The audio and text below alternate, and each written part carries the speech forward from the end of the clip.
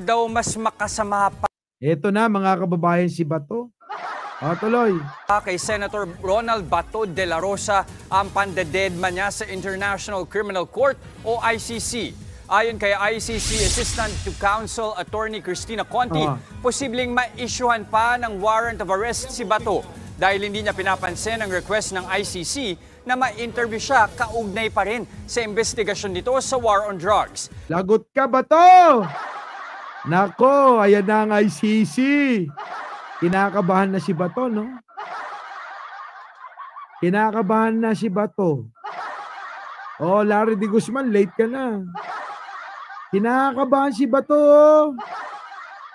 Victorio Andres.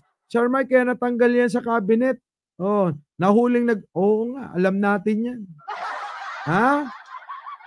Yari si Kalbo. Alma Kawili. Tuloy. Ano yan? Sinabi yan ni Conti kasunod ng kumpirmasyon ng senador na may natanggap siyang mga email at tawag kamakailan mula sa nagpakilalang kinatawan ng ICC. Dinededman ni Kalbo. Ni Bato.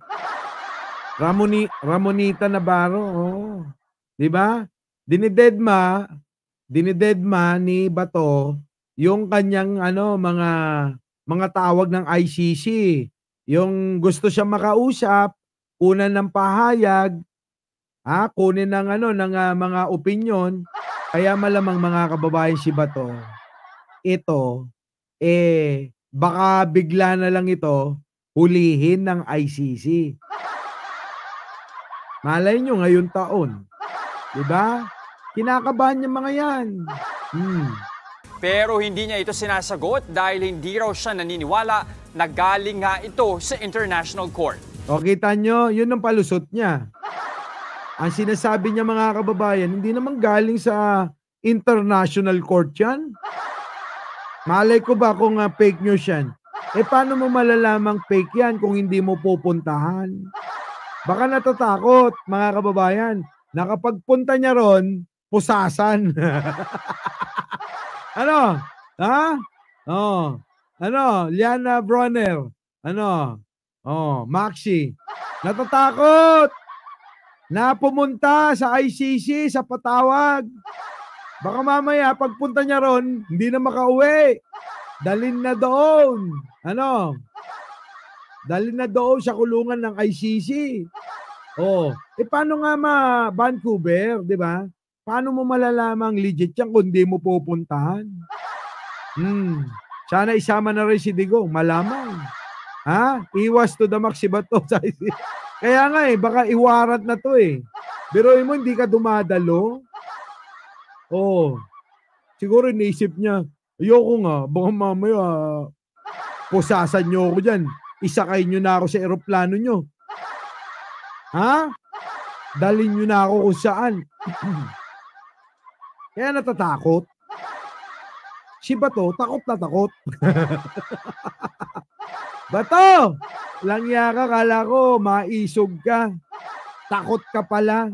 Anok na naman na. Tapos tumatakbo pang senador. Iboboto nyo ba yan? Mga kababayan, iboboto nyo ba? Mga kababayan, nakita naman natin sa Senado kung ano ginawa niyan. Nagpatawag ng hearing. Inimbita si Morales. Iyak, talo si Bato. Tapos, pinaniwalaan yung may butas.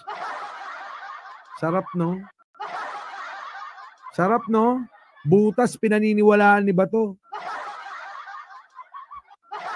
Ay, nako, bahala na kayo kay Bato. Kung iboboto nyo, in the tingin mo, it's tantamount to recognizing their jurisdiction over us. As of now, we do not recognize their jurisdiction over us. Kita nyo kung ano yung mga sinasabi ni Digong, yun din ang katwiran Walang pagkakaiba.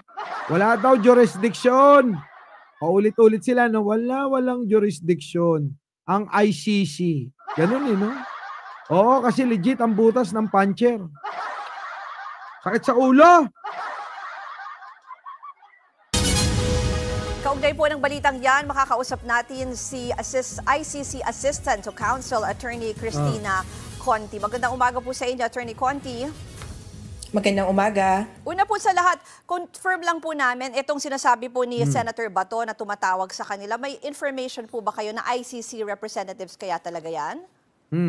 Hindi ko nakita naman yung mismong message, pero alam ko na makikipag-ugnayan yung ICC kay Senator De La Rosa. And on the other hand, sabi ni Senator De La Rosa, meron daw kumontak sa kanya. So, Boss Mike, hindi naman face-to-face yung interview niya eh. Pwede naman yung video call lang eh. Kaya nga, takot na takot. kung baga, pag-connect na lang kung yung bang mismong sinasabi ng ICC na pakikipag-ugnayan, yun na ba yun? Senator De La Rosa is correct in taking steps to verify the authenticity of the communication. Sali Sabanga, opo, shoutout sa inyo. Osilito Taroy, opo. But I would caution him to be circumspect. Kung mag-aaralin niya ng mabuti kung sino ba talaga ang sumusulat sa kanya. Kaya hindi ko alam kung paano niya ini-snub at ilang mga communications ang ini-snub niya.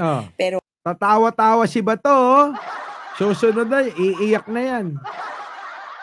kailangan maging mas matalino siya tungkol dito. Pero sa Kailangan maging matalino. Mas matalino ka, ibig sabihin bobo. Bato! Sabi ni attorney, kailangan maging mas matalino ka. Kasi bobo ka raw. Ha? Mas maging matalino ka kasi baka mamaya mawarant ka na bigla. Di ba no? Okay, anyway mga kababayan, ako'y inaantok na. So, kita-kita tayo bukas. Bukas, meron akong putik na yan. Ha? Bukas, meron akong magandang re-reactionan. Abangan nyo bukas yan. Ha, mga kababayan, bukas kita-kita tayo. Maganda to. Dating oras, alas 11, alas 10:30. Ha? Muli, ako po ang inyong lingkod. Mike Cervera po, laging nagpapaalalang malin po natin ang ating kapwa. Pagdasal po natin lagi ang ating bansa. Magandang umaga, magandang hapon at magandang gabi. Sa mandako ng mundo, naroon kayo syempre. Magandang buhay na rin para sa ating lahat. Our beloved Boss Mike Cervera.